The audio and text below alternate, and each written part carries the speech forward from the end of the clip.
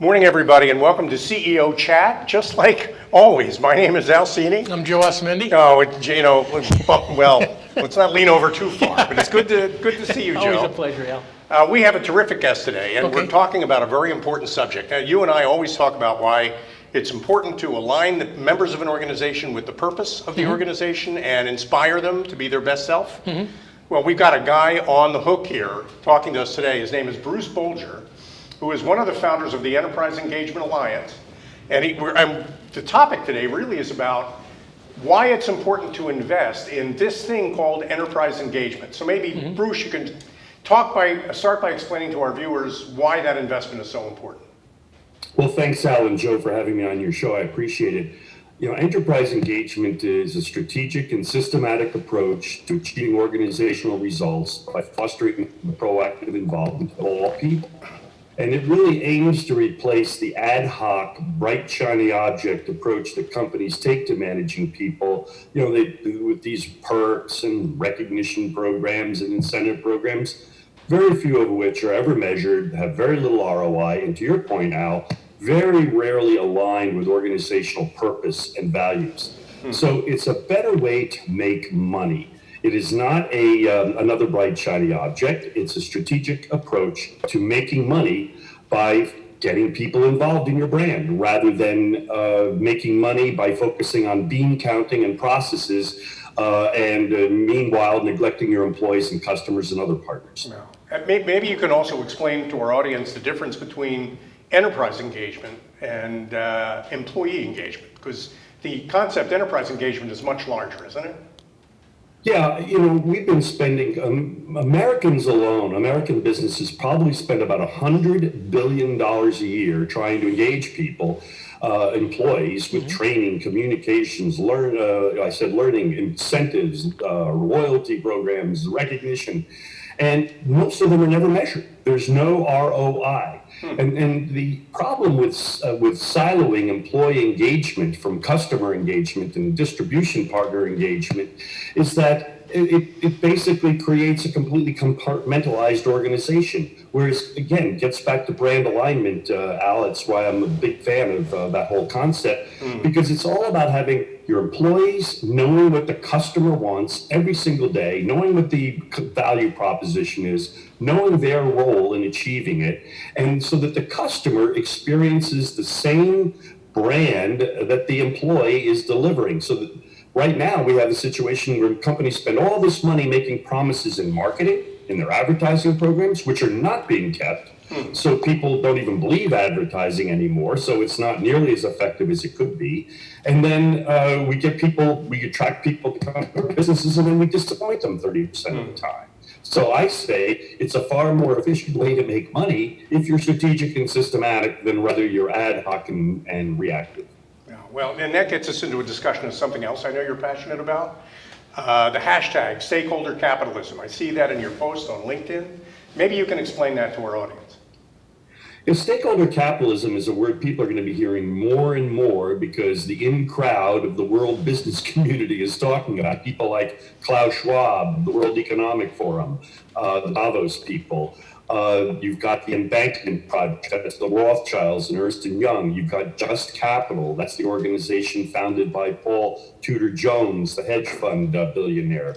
You've got Larry Fink of BlackRock talking about it. And what stakeholder capitalism is, it replaces the old notion that you're going to make more money focusing on the needs of shareholders than if you focus on the needs of all your stakeholders. Stakeholder capitalism says a better way to make money is to have a strategic and systematic approach to engaging everybody, your employees, your customers, your distribution and supply chain partners, and your communities in your brand. And that in so doing, you will actually make more money. It's Milton Friedman on steroids, really.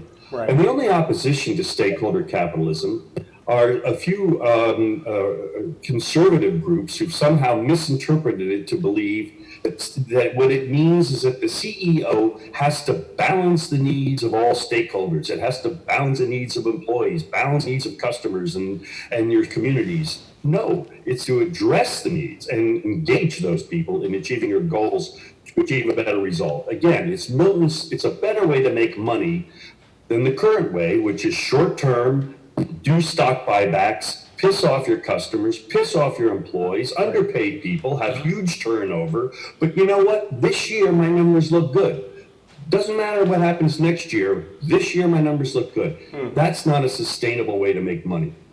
No, and it's funny as you were describing that, because I know it's important that the story that you tell your customers has to be the same story that you tell your employees, because they're both looking for the same thing from you, and that is to live better lives. That's the promise they hope you'll keep to them. And it's surprising to me that relatively few people have ever heard of enterprise engagement, and nobody really knows the Enterprise Engagement Alliance as well as they should. Oh, it's great to have you on the program to introduce your association and maybe talk about its members. So tell us about the EEA and where it fits into all this. Well, thank you very much. The EEA was founded in 2008 by a bunch of business people and professors who had seen a bunch of research that had been done over the previous 10 years by a group at Northwestern University known as it's now gone, the Forum for People Performance Management and Measurement. The professor there insisted on that name. But in any case, they conducted a bunch of research that found extensive empirical proof that organizations with highly engaged customers and highly engaged employees significantly outperform their competitors. So the EEA was founded in 2008 to move into, okay, we now know this is true, but what do we do? Because to your point, Al, earlier, organizations are heavily siloed, very compartmentalized. And so enterprise engagement faces huge headwinds. It's sort of like trying to sell a book in a bookstore that doesn't fit into any clear category. Because companies are all, it's customer engagement over here, it's employee engagement over here, it's community engagement over here. And that doesn't make any sense. To your point, you want people, everyone thinking the same thing of your brand, having the same expectations, so promises get delivered. So the EEA was founded to actually help companies implement a process. So we came up with the first learning platform. We had 2 books. Book for CEOs, is Enterprise Engagement for CEOs, and we made that real short, 125 pages. You can read it in under an hour. And the tagline of that is the little blue book, Eccentric Capitalists, a little play on Mao Zedong's Red Book. And the whole approach is that you can make money a better way. You can be more agile. You can be more resilient, and you can have fewer headaches, less politics, if everybody has a sense of the brand. The why of the brand, as Simon Sinek, I believe that's how you pronounce his name, and that the entire organization is aligned toward delivering promises rather than compartmentalized into silos fighting for resources, which is the case in about 80% of companies today. I have a question for you, Bruce. It's such an interesting concept of everybody aligned in engagement and everything like that. I'm surprised that more CEOs haven't bought into that concept. And how does a company actually start an engagement with your company? Well, you're right, Joe, and I don't really know the answer to that. I think there's a lot of, we don't have time for your show here, it goes so fast. But if you think about it, capitalism is a natural evolution of feudalism. It is. I mean, you look historically, capitalism, and it's very much like feudalism. Each business, in a sense, is a fief. You've got the president or CEO who's the king, and then you've got your dukes and everybody. And I think there's a legacy mentality left over from the 20th century that people are really replaceable, that they are a cog in the wheel, and that we can get rid of this one and replace them with another. And frankly, for a lot of CEOs, their biggest headache are people. Over a glass of wine or a scotch, many CEOs will tell you if they could get rid of every one of their customers and employees, they'd be happier. So I think the reason is it's a legacy sort of class issue that many CEOs, and they go to the elite schools, it's not taught anywhere. It's not taught. They teach leadership. But leadership to me is a lot of vanity. You look at all these leadership training programs, and if you really look at them, it almost seems like they're enabling the CEO. They're putting them up on a pedestal. Oh, be kind, be wonderful, be the kind king. No. Leadership is standing behind. As the Chinese philosopher Lao Tzu said, it's about helping people achieve your organizational goals, not leading them that way. So It's really a legacy cultural thing, Joe, now, I think, and that it's not taught in schools. And finally, companies, CEOs aren't aware of the very simple metrics you can use. That which doesn't get managed doesn't usually get done. And there are fantastic metrics for human capital that can easily be used to drive a better organization, just like any kind of metrics can be used in sports or any other type of activity, manufacturing, logistics, to drive better performance. But most companies have no metrics on people, and they're very simple metrics to help guide your company. Well, as you're talking, I'm thinking too about some of the movements related to stakeholder capitalism that you've been at the forefront of. And I know one of them is the drive and the push to get large corporations to report people metrics and what they're doing for stakeholder capitalism in their annual reports. That's right. And, it's really interesting. The tragic situation of George Floyd now is sort of demonstrating, again, the ad hoc way that organizations look at issues like this. You're seeing these states coming out, supporting, obviously, the Black Lives Matter. And yet, wait a minute, what about your own people? What's your own diversity rate? What percentage of your employees are African American? What percentage of your employees are women or management are women? What percentage of your management team are African Americans or other ethnicities or women? And so many companies today, I should say a small percentage of companies today, are beginning to publish what are called corporate responsibility reports. And I think one of the best examples of one would be SAP, or Merck. Kenneth Frazier has been a great leader in the concept of stakeholder capitalism. Whether he would use that term, I don't know. But and so the corporate responsibility report is a way of telling all your stakeholders, here are my key metrics. What is the diversity of my organization? How many people do we have in these various ethnicities and different genders? And then what are our practices? And then companies should be disclosing what are their strategies to manage their customers and their employees and to deliver a better promise. And I believe now, and I think COVID has only accelerated the trend, that all of a sudden, without people, we've learned that our balance sheets are worthless. The typical balance sheet has 20% of tangible assets and 80% of goodwill. And goodwill is a big intangible. And yet what we've learned is that 80% of the intangible, without that, the 20% of tangible assets, those factories, those machines, those toilets that I can depreciate if I put them into my plant, have no value. Meanwhile, if I invest in my people, that's on my balance sheet. No one even knows what I'm doing. So I think more and more stakeholders are going to be demanding that. Top talent. I know my son's an engineer. He's only going to work for a company that he can work, even in this economy, he can work anywhere he wants. He's working on a robotics arm for the moon landing. So he can work wherever he wants. So he's going to look very carefully at the culture.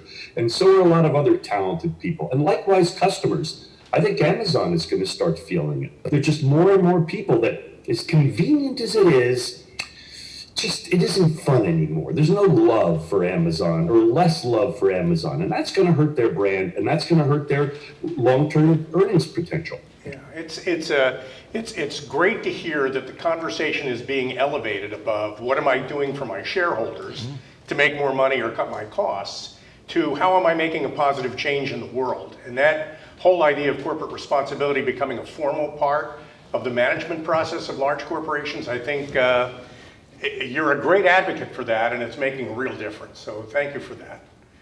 But I want you to talk maybe a little bit about ISO standards, because they're actually now, the International Standards Organization has actually come up with standards for managing people. In fact, we just got the word that we need to take a break. When we come back after these messages, let's talk about the ISO standards. I know you wrote a book on that. And how they're making a difference too. So we'll be right back with Bruce Bolger, Great. More CEO chat after these messages. Thank you, Bruce. Thank you. I want to be a contender. I want a warm belly to sleep on. A big house. How do I look? Do I look good? I want to play hard. My nails done once a month. I want. I want a home. I just want a home. I want someone to love. Last year, more than 30,000 companion animals came to us without homes. 20,000 of them were felines. Let's make some homes together. Hello everyone, I'm Mark Iorio. I'm the host of Rainmakers Roundup right here on RVN TV. The show is about looking for people who are in competitive businesses that are doing something different and unique in the world of sales and marketing. Join me right here on Rainmakers Roundup on Wednesday mornings at 9 a.m. and then again on Thursday evenings at 6:30 p.m. right here on RVN TV. Today's show is sponsored by Dr. Jacqueline. Take charge of your life personally, financially, and professionally. Visit drjacqueline.com to book an appointment today.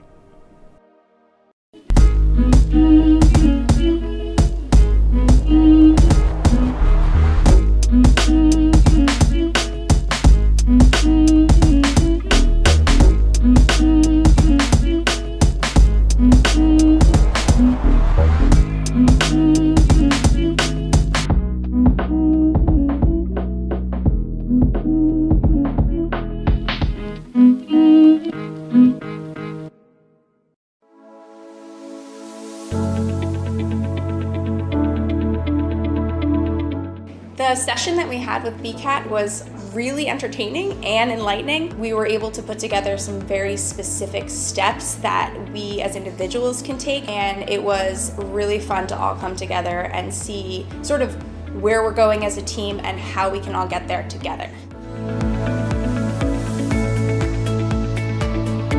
We had a tremendous experience with the BCAT partners. One of the challenges that we have as an organization is to make sure that we have the right people in the right chairs doing the right thing. To do that well, you have to have synergy. You can try to dream up ways to make sure that your group does that, or you can rely on experts. We would recommend BCAT partners to anybody who's looking to take their organization to the next level.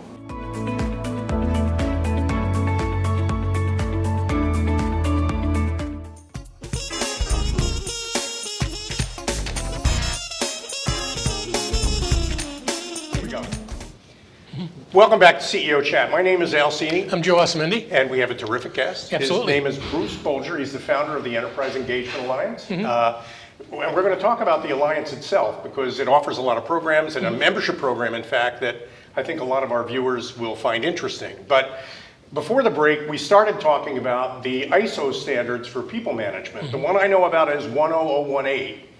But maybe you could talk about all of them, and I know you've written books on them, and why are they important? Well, it's very interesting. Quality management in the 1980s in the U.S. was a disaster. I was a young man covering as a business reporter at the time, in my 20s. And the problem with quality management at the time was very much the same problem we have with people management now. It was reactive. Companies would have high defect rates, and rather than getting to why are we having the high defect rates, they would have these reactive approaches to deal. Well, how do we deal with all the 7% defects? Well, the Japanese adopted the strategic and systematic approach of a man named W. Edward Deming, who advocated a strategic and systematic approach to achieving quality. Well, those same people, 25 years later, the people who created the ISO standards for quality management that helped transform quality, noticed all of a sudden that they weren't getting any more improvement. The whole concept of quality management is continuous improvement. Right. So what happened was the folks at ISO realized, holy cow, what's wrong? We left out the people issue. The volunteers that make those standards are engineers, and they forgot to think that, holy cow. So they came up with a bunch of, first off, with quality people management principles in, I think, 2012. And then in 2015, they issued something called Annex SL, which is retroactive to all 62 ISO business standards, business process standards that require a CEO strategic and systematic approach to the application of that standard through people and to align all of your people practices. So at the same time, a bunch of people created, a gentleman named Lee Webster and Dr. Ron McKinley worked with a bunch of Europeans and Asian, Middle Eastern colleagues to create the first working group for human capital standards. And they developed not only ISO 10018 is a different working group. That's the working group from quality management that realized we have to put people into the quality management process. And then the other standards are all around disclosures, ISO 30414. This gets to the type of disclosures companies should make, and also the types of internal metrics that they should be tracking to make better decisions. ISO 10018 is all about implementing people into your quality management processes, having a strategic and systematic approach. And then there are a number of other ISO standards related to different practices in human resources. And frankly, Joe and Al, they're not being adopted at all. Zero. There's one company with ISO 10018 certification, that's DTE Energy. And the others are a few individual professionals have started to get certified.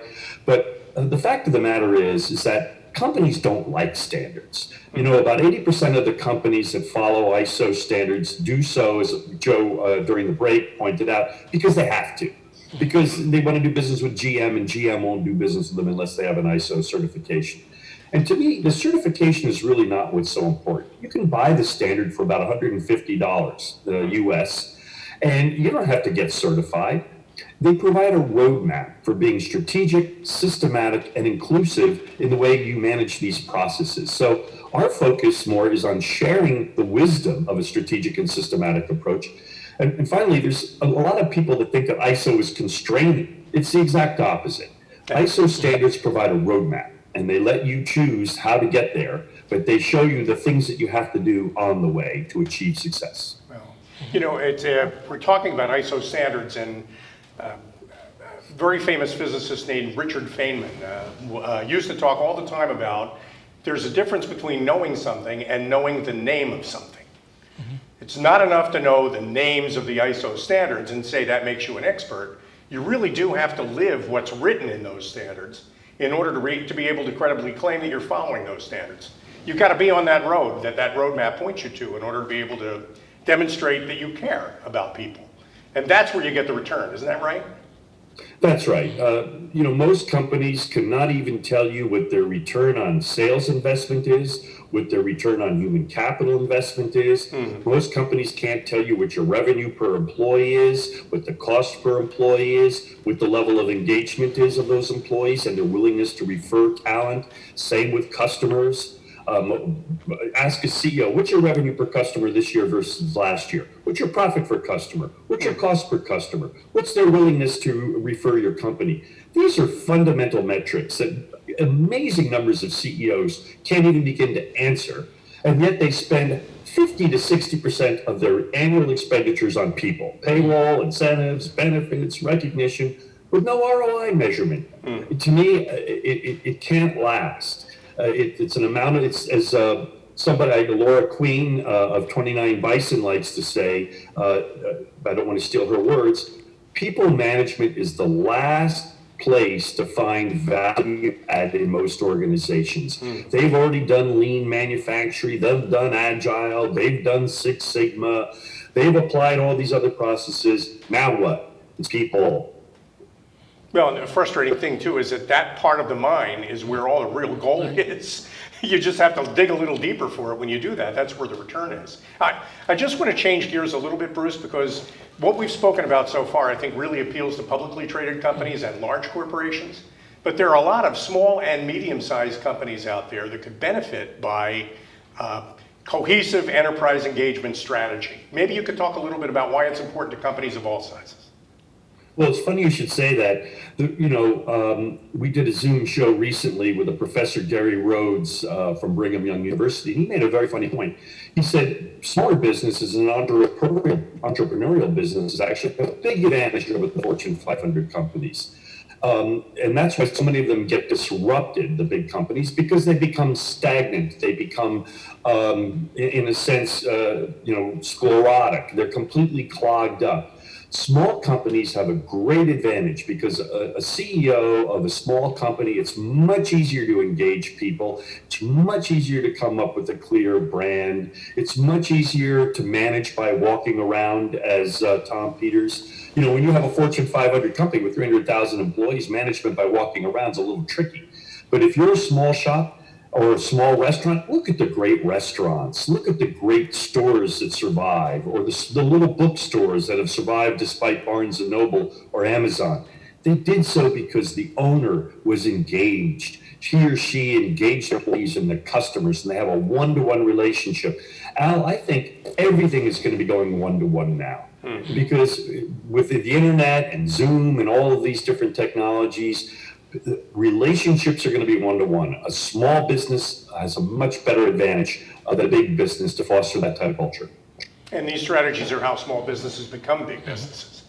I mean, And you then put yourself they on a path become of big growth that businesses, way. they become sclerotic, just like the others. It happens 90% of the time. Yeah. Okay, we should be talking a little bit about the EEA and what the benefits of membership are. Really quickly, for somebody out there who might be a provider of a service or product for enterprise engagement, or a company that might want to adopt strategies for enterprise engagement, what does membership in the EEA offer? Well, the main benefit is training and certification on on enterprise engagement. And our sister organization, International Center for Enterprise Engagement, also offers, training and certification on ISO human capital standards. The main benefit is learning a strategic and systematic approach and applying it, and then positioning yourself as a professional or as an organization as one that's committed to success through a strategic and systematic approach to people. You know, remember, engagement scores, customer engagement or employee engagement scores, Al and Joe, haven't gone up at all in the last 20 years. We've been talking about it, spending all this money, all these books spent and sold. And you see a book every week on culture, yet nothing changes, nothing. And so the EEA is for people who want to take this talk, turn it into action, and wear a badge that says, I'm about a strategic and systematic approach to people. I'm an expert in helping companies do this in a measurable way, or I'm a company, a solution provider who has a strategic and systematic approach to how I sell and apply my services, or I'm an organization like an SAP, they don't belong, or a company that truly cares about people who wants to make that statement. So it's all about demonstrating and implementing your commitment to people. The small companies right now, because of the COVID situation and everything, are really the people that have to learn this, because they're going to have their employees really engaged to survive. And I really think there's a lot of opportunities for the smaller companies to get through this better and have their people, rowing in the same direction with them. Huge opportunities. Absolutely. You know what? We know from our own experience that there are a lot of artificial walls between HR and marketing, or between employee experience and customer experience. You get the greatest benefits when you really realize that they're all the same thing. So we're getting ready to wrap up the program, but before we do that, in addition to us, we're happy members with the Brand and Culture Alignment Toolkit.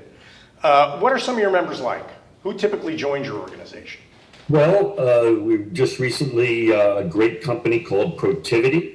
They are a major human capital management organization.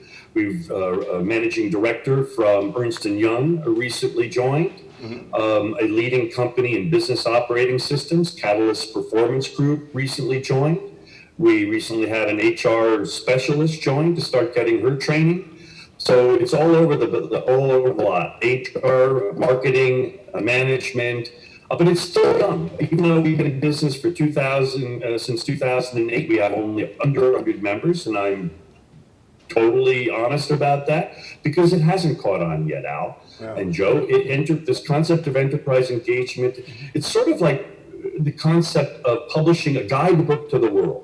Where on the shelf does that fit, right? There's no world travel guidebook, right? You got to be in the US or Europe. So enterprise engagement, as you said earlier, Al, spans all these disciplines, and that's not good. Because HR people don't understand it. Oh my gosh, measurable, metrics. Marketing people don't fully understand it because obviously they spend also all their time making promises but barely involved with keeping them. So we have a big challenge, and that's why I have a few gray hairs and a few less of them, although maybe having 3 kids might have contributed to that. The EEA is a great place to go if you to meet other organizations that are passionate about your most important asset. I mean, you shouldn't just say your people are your most important asset. You should demonstrate it in what you do for them. So Bruce, real quick, tell us and our viewers where we can go to learn more about joining the EEA and how to be involved. Well, thank you very much. Our homepage is at theeea.org. That's THEEA.org. Or you just Google enterprise engagement. One of the advantages of inventing a term is that if you Google enterprise engagement, you're going to find us no matter what. You pop right up at the top. You could just do that. And then the benefit of joining is to embark on a learning process. If you don't want to join, our books are available at Amazon, CEO Enterprise Engagement for CEOs. That's that quick book for the owner of any size company who wants to find a better, more prosperous way to success. And a happier way to success, because one of the benefits is less litigation and less tension less tension. And then we have a book for the real serious practitioner at the organization, and that's called Enterprise Engagement, The Roadmap. That's a 312-page book that really delves into, okay, this is how we make it happen, this is how we measure it, and this is how we deal with all the issues related to it. Great material, great organization. Bruce, thank you so much for joining us today on CEO Chat. Real pleasure having you on. And thanks all of you for tuning in. And we'll have another CEO Chat for you again next week. Until then, I'm Al Cini. Joe Osamendi. And you all have a great weekend and stay healthy, and we'll see you again soon. Yep, stay safe. Have a great weekend. Bruce, thank you.